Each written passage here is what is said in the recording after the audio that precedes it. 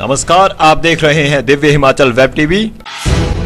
मैं हूं बलविंदर सिंह और सबसे पहले नजर डालते हैं मुख्य समाचारों पर।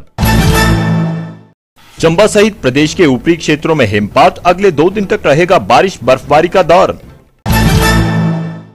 माइनिंग लीज के लिए जिला स्तरीय समितियां नहीं दे सकती पर्यावरण मंजूरियां, एनजीटी का इनकार। अपनी पार्टी संभाले मुकेश अग्निहोत्री, ऊना नूरपुर में मुख्यमंत्री का पलटवार। नकलचियों पर शिकंजा, परीक्षा केंद्रों में बाहरी स्कूलों से तैनात होंगे अधीक्षक उप अधीक्षक। चंबा में दर्दनाक कार हादसा, मां बेटे सहित 3 की मौत।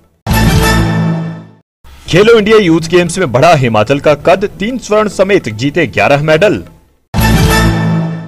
और अब समाचार विस्तार से। आसमान में छाए काले बादलों के बीच रविवार शाम ढलने तक चंबा सहित प्रदेश के ऊपरी क्षेत्रों में हल्का हिमपात दर्ज किया गया। हालांकि मैदानी इलाकों में बारिश तो नहीं हुई, पर बादलों और सूर्यदेव के बीच लुका छिपी का दौर जारी रहा। इसी बीच मौसम विभाग ने किन्नौर, लाहौल स्पीति, चंबा, कुल्लू, सिरमौर व शिमला में अगले 2 दिन तक बारिश बर्फबारी का अलर्ट जारी किया है और ये सिलसिला 26 जनवरी तक चलता रहेगा। रविवार को भी दिन भर आसमान में बादल छाए रहे, जिससे अधिकतम और न्यूनतम तापमान में गिरावट दर्ज की गई। मौसम विभाग के निदेशक डॉक्टर मनमोहन सिंह ने बताया कि सोमवार और मंगलवार को पहाड़ों पर भारी बर्फबारी होगी, जबकि मैदानी इलाके बारिश से भीगेंगे। ये दौर 26 जनवरी तक जारी रहेगा। जिला स्तरीय कमेटियों के माध्यम से माइनिंग लीज के लिए पर्यावरणीय मंजूरियां देने के मामले में नेशनल ग्रीन ट्रिब्यूनल ने केंद्र सरकार को ढील देने से इनकार कर दिया है। इस फैसले से सीधे सीधे हिमाचल प्रदेश प्रभावित हुआ है, जहां पर जिला कमेटियों के पास ढेरों आवेदन हैं। केंद्रीय वन एवं पर्यावरण मंत्रालय ने इस मामले में राज्यों को अधिकार दिया था कि वे माइनिंग लीज के लिए अपने स्तर पर मंजूरियां दे सकते हैं, क्योंकि केंद्रीय मंत्रालय से मंजूरियां लेने का मामला लंबा खिंच जाता था। इसके लिए बाकायदा विशेषज्ञों की 2 कमेटियां बनाई गईं, जिसमें एक राज्य स्तर तथा दूसरी जिला स्तर की थी। अब एनजीटी ने व्यवस्था पर सवाल उठाते हुए जिला स्तरीय समितियों को पूरी तरह से निरस्त कर दिया है। मुख्यमंत्री जयराम ठाकुर ने रविवार को ऊना दौरे के दौरान गोंदपुर बनेहड़ा में नेता प्रतिपक्ष को आड़े हाथ लिया। सीएम ने कहा कि मुकेश अग्निहोत्री पहले अपनी पार्टी को संभाले। शिमला में जो हुआ वह किसी से छिपा नहीं है। हिमाचल की राजनीति में ऐसा पहले कभी नहीं हुआ। ऐसे में नेता प्रतिपक्ष को सोच समझकर बोलना चाहिए। शिक्षक महासंघ के सम्मेलन में पहुंचे मुख्यमंत्री ने कहा कि शिक्षक संस्कारी होना चाहिए, तभी आदर्श भारत का निर्माण होगा। विपक्ष ने शिक्षक को मास्टर और धोबी जैसे शब्द का प्रयोग कर घटिया मानसिकता का परिचय दिया। उन्होंने शिक्षक महासंघ की मांग पर पीजीटी प्रवक्ता पदनाम की अधिसूचना शीघ्र जारी करने की घोषणा की। हिमाचल प्रदेश में खासतौर से जो हमारे विपक्ष के नेता ज्यादा बात करने की कोशिश कर रहे थे, तो ज़्यादा बात करने के बजाय मुझे तो उचित रहेगा कि अपने अंदर वो झांक करके देखें और क्या हो रहा है, और पार्टी को, संगठन को जिस प्रकार से एक दूसरे के खिलाफ लड़ाई लड़ते हुए वहाँ पर लोगों ने देखा है, तो उसका उदाहरण मुझे लगता है कि देखने को आने वाले समय में भी मिलेगा। इसके बाद कांगड़ा जिला के रहन पहुंचने पर मुख्यमंत्री ने करोड़ों के उद्घाटन और शिलान्यास किए। यहां जनता को संबोधित करते हुए सीएम ने कहा कि वह 1 वर्ष में 63 विधानसभा क्षेत्रों का दौरा कर चुके हैं और आज फतेहपुर पहुंचकर ये आंकड़ा 64 हो गया है। उन्होंने कहा कि फतेहपुर के लिए ब्रिक्स में तैयार की गई 52 करोड़ की योजना स्वीकार की जाएगी। कांग्रेस के वरिष्ठ नेता भी शिमला पहुंचे और कांग्रेस के बड़े नेता पहुंचने के बाद वहां पर जिस प्रकार से सिर फोड़ने का कार्य करते, वो सारी दुनिया ने देखा। ये वहां की संस्कृति, उस पार्टी की संस्कृति। अगर किसी और का सिर फोड़ने का नहीं मिला तो अपना ही फोड़ देते हैं, और उसके बाद अखबार में खबर दे रहे कि ये बोलते सत्ता पक्ष वालों की शरारत है। परीक्षा केंद्रों में अब अधीक्षक और उप अधीक्षक के लिए बाहरी स्कूलों के अध्यापकों की तैनाती होगी। इसके लिए शिक्षा मंत्री सुरेश भारद्वाज ने हामी भर दी है। राजकीय वरिष्ठ माध्यमिक पाठशाला ऊना के गोंदपुर बनेहड़ा में रविवार को शिक्षक महासंघ के अधिवेशन में शिक्षा मंत्री ने कहा कि शिक्षा भारतीय संस्कृति के अनुसार होनी चाहिए। शिक्षक संस्कारी होगा तो प्रदेश और देश संस्कारी बनेंगे। उन्होंने कहा कि सरकार नकल पर खुली छूट नहीं देगी और शिक्षकों को मेहनत के बल पर अच्छे परिणाम देने होंगे। इस दौरान उन्होंने पीजीटी को प्रवक्ता पदनाम, 2 वर्ष तक 25% से कम रिजल्ट पर छूट सहित महासंघ द्वारा उठाई गई अन्य मांगों का समर्थन किया। पठानकोट नेशनल हाईवे पर रविवार दोपहर एक दर्दनाक कार हादसे में मां बेटे सहित 3 लोगों की मौत हो गई। तीनों जम्मू कश्मीर के बसौली के रहने वाले थे। पुलिस ने पोस्टमार्टम के लिए शव मेडिकल कॉलेज चंबा भेज दिए हैं। सभी यहां एक समारोह में हिस्सा लेने के बाद घर लौट रहे थे। इसी बीच चंबा पठानकोट एनएच पर बीएड कॉलेज के पास चालक ने नियंत्रण खो दिया और कार गहरे नाले में जा गिरी। हादसा इतना भयानक था कि कार चकनाचूर हो गई और तीनों सवार काल का ग्रास बन गए। मृतकों में विशाल कुमार और उनकी माता कमलेश कुमारी के अलावा राकेश कुमार शामिल हैं। पुलिस ने दुर्घटना के कारणों की जांच शुरू कर दी है। चंबा के चुराह और मंडी के धर्मपुर में शनिवार देर रात एक दुकान और कार में उठी लपटों से लाखों का नुकसान हो गया। दोनों दुर्घटनाओं का मुख्य कारण शॉर्ट सर्किट रहा।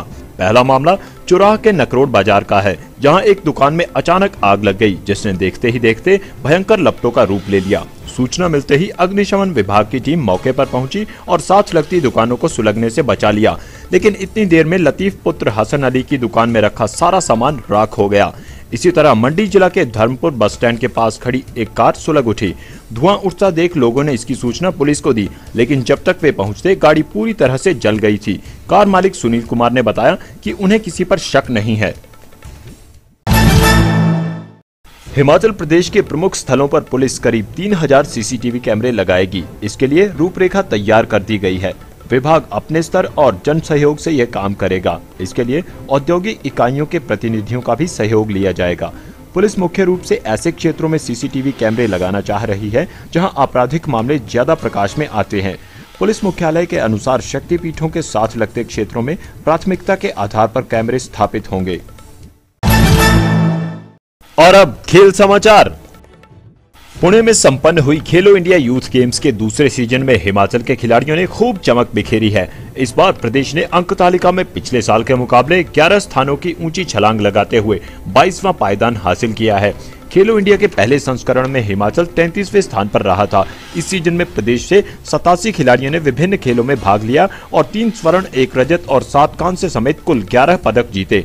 वहीं पिछली बार हिमाचल के हिस्से 4 ही मेडल आए थे। और अब चलते चलते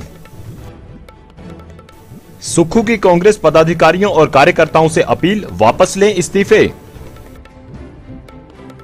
ऊना खेल मैदान से चुनावी फील्ड सजाएगी भाजपा। 28 को पन्ना प्रमुख सम्मेलन में अमित शाह देंगे टिप्स। डहर के पास सतलुज में तैरती मिली लापता महिला की लाश, आत्महत्या की आशंका। और नाहन में छत से गिरकर 3 साल के बच्चे की मौत, डॉक्टरों पर लापरवाही का आरोप।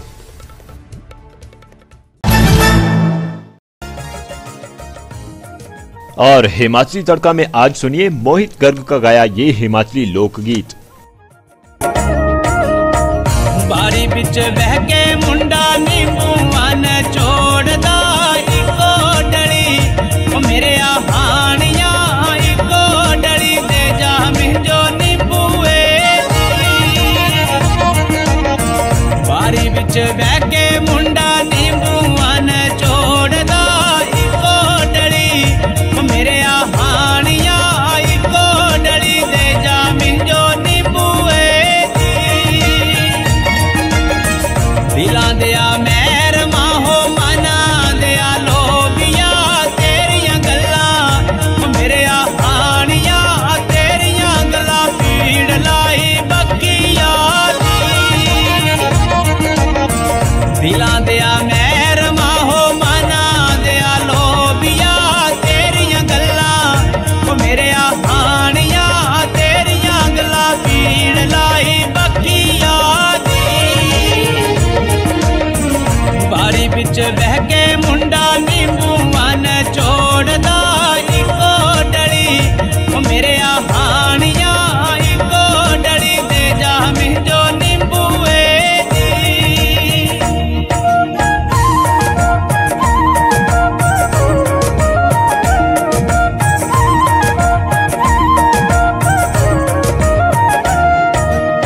सस लांदी बोलियां नैनान लांदी मीणिया तू ना लामी, ओ मेरे हानिया तू ना लामी पीड़ बक डंडिया दी।